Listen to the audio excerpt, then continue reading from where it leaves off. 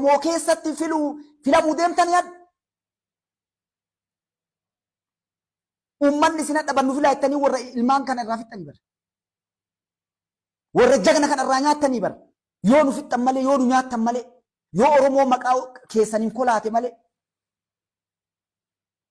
yoo maqaa keessaniin baqatte malee Oromoon, yoo maqaa keessaniin hiyyoomte malee uummanni Oromoo. Mee maal gootan?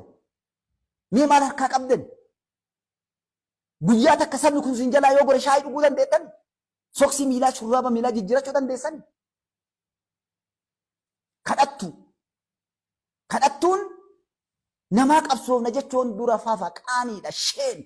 Nu qalaan baane, nu nyaachaan baane. Wal nu ficcisiisaan baane.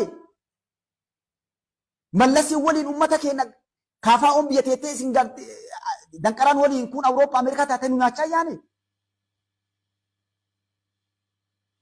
Hayyee dhaggeeffataniitu assalaamu alaikum wa rahmatullahi wa barakaatuhu. Ilmaan Oromoo akkasuma kan addunyaa kanarra jirtaniif kan biyya keessa jirtan nageenyi keenya isin biraa haa ga'u isiniin jecha oduu qilleensa ho'ituu kana fudhannee dhufne jechuudha. Weather News jedha waan ta'eef qilleensa haaraa dhaggeeffataniitu waan namtichi kun jechaa oole kaabineenii paartii biltiginnaa kaabinee iyyuu miti kaabineenuu akkasitti naasa'u kaabinee numtiyyuu kaadiroon numtii mootummaa Itoophiyaa iyyuu warrumtii mootummaa Itoophiyaatiif ganamaa galgala hojjetan mootummaan keenya kana isinii gochaa jirra nu filadhaa jedhee warri filannoo irratti dhiyaatee haasaa jiru iyyuu akka kanatti naasa'an walumaa gala wanti inni amma haasaa oole zulmii namni kun nama uummata Oromoollee bakka bu'u miti. Uummanni Oromoo qaama barbaade filachuun yoo filannoon haqa qabeessaa jiraate yoo filannoo diimokiraasiin jiraate mirga isaatii jechuudha.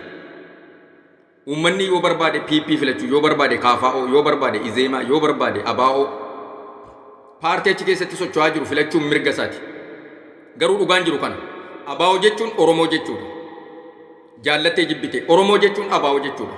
Namni gudeeda Oromoo irraa dhalate namni Oromoo qulqulluu ta'e abbaa faadhaan Oromummaa isaa beeku namni ABO balaaleffatu jira jedhee yaadu yoo jira ta'e immoo dhukkubsataadha waan barbaade filachuu danda'a. ABO'n kana dhabamsiisee ABO'n kana gochaa ture akkana gochaa ture akkana gochaa ture kanati jettu kan uummata Oromoo dhabamarraa hambise ABO'dha. Kan uummanni Oromoo akka inni afaan Oromoo dubbatu akka inni eenyummaa isaa gaafatu akka inni biyya isaa beeku akka inni biyya isaa eeggatu akka inni biyya isaa sararatu gochaa ture ABO'dha. Namni ABO'dhaaf galata hin galchine rabbiif iyyuu galata hin galchu. Sii gala namni dachii Oromiyaa keessatti dhalatee guddatee saba biraarra haa dhalatu namni sabni ABO'dhaaf galatoomi ABO hin jenne rabbiin iyyuu galateeffatu si miti jechuudha. Rabbiin iyyuu galateeffatu sababni isaa haqa guddaa nurraa qaba.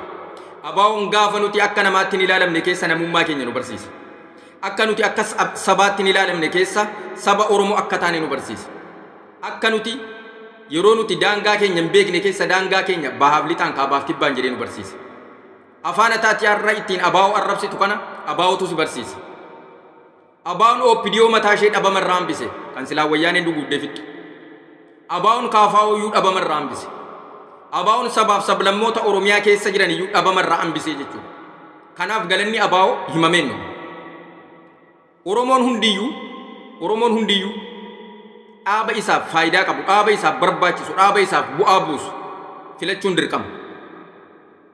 Namni tokkos ittiin himu mirga isaatti fayyadamuu qaba, qilleensa kanatti fayyadamuu qaba. Namticha inni kun Oromoo akka inni ta'e iyyuu namni beeku hin jiru. Namni Oromoo ta'e akkasitti naasa'u. Oromoo irratti dhaaba Oromoo irraa haqa guddaa qabu, Oromoo qofa iyyuu miti. Sabaaf sablammii biyyattii sana keessa jiru irraa haqa guddaa qabu gaafa ABO akkasitti balaaleffatu mallattoo qiyaamaati. Mallattoo qiyaamaati. Kanaafu Oromoon namoota akkasii kaabineenuu akkasitti naasa'u kaadireenuu akkasitti naasa'u makalaakiyaan namatti rasaasa roobsee ajjeesaa jiru akka kanatti naasa'u jechuudha. Namtichi kun ABO irraa maal akka inni qabu hin beeknu. Haqa ABO'n maal akka inni ta'e fira miti alagaatu beeka. ABO'n maal akka inni ta'e addunyaatu beeka. ABO maal akka inni ta'e ABO jechuun rabbii gaditti kan uummata Oromoof aarsaa guddaa kaffaleedha. kan uummata Oromoo faarsaa guddaa kaffale. Kanaaf uummanni keenya warri afaan qawweettaman tanillee qawweedhaan Oromoon bilisoomti. Qawweedhaan cabdee qawweedhaan bilisoomti. Innoosinu kaa qawweettamanna. Hanga cufannutti hin danqarannaadha. Hanga cufannutti ni danqaranna. Kanaafu uummanni Oromoo Oromiyaa keessa jiru. Abaa'oo filachuusaa maaltu si aarse maaltu si gube? Atis duukaa mirgi kee sii eegama. Atis duukaa gaaffiin kee sii deebi'a. Atis keessatti abaa'oo yoo filame abaa'oon cunqursaa jalaa najaasi baasuuf cunqursaa akka ofirraa mulqituuf akka ati falmattuufiti dhalate malee si saamuuf si ajjeesuuf biyya kee gurguruudhaaf hin uumamne. Kan inni ittiin hundeeffames lafeewwan gootota Oromoof, hayyoota Oromoof, sheekolii Oromoof, qeesolii Oromoof ittiin gad dhaabbatee jechuudha akka ati asirraa baxaxaxaxaxee odeessitu kana miti. Hin cabuu hin dabu. Kanaaf kan nuti jennuuf maddaaf maadhee qabsaa'otaati gameessa galmee hayyootaa cululuqaa calii callaa caalaa calaqqee saba bal'aa soofamee solloqee kan hin cabne abaa'oon akkasii jechuudha. Abaa'oo si miti eenyuyyuu abaa'oon jiraachuun abiyyiituyyuu ittiin boona abaa'oodhaan shimallisu ittiin boona mararaatu ittiin boona daawurtu ittiin boona uummata Oromoo addunyaarra jirutu abaa'oodhaan boona. Kanaaf abaa'oodhaaf galatatu mala. Galatoomi abaa'oo jechuun illee sitti ulfaate acha deebitee abaa'ootti dhagaa darbattaa jechuudha. Abaa'oon darbee darbuu baates numa jiraata. Lafarraa yoo badees dhiiga keenya keessa jiraata. Abaa'oon bara baraan jiraata. Abaa'oo jechuun dhaaba amanamaa. Tarii namni achi keessa jiru dogoggora qabaachuu danda'a. Namni achi keessa jiru ofittoo ta'uu danda'a. Seelfishii ta'uu danda'a. Namni achi keessa jiru nama adilummaan yookiis walqixxummaa waa hojjetu dhiisuu ta'uu danda'a. Dhaabichi garuu dhaaba dhugaadhaan haqiiqaan dhaabbateedha. Ilmaan Oromoo bilisa baasuudhaaf. Gaaffii uummata Oromoo waggoota 100 olii waggoota 150 olii deebisuudhaaf dhaabbateedha. Jaallattee jibbitee keeyyatti 39 immoo mirkanaa'uun saanaaf. Lubbuun nu jiraachisee Rabbiin nu argisiisu.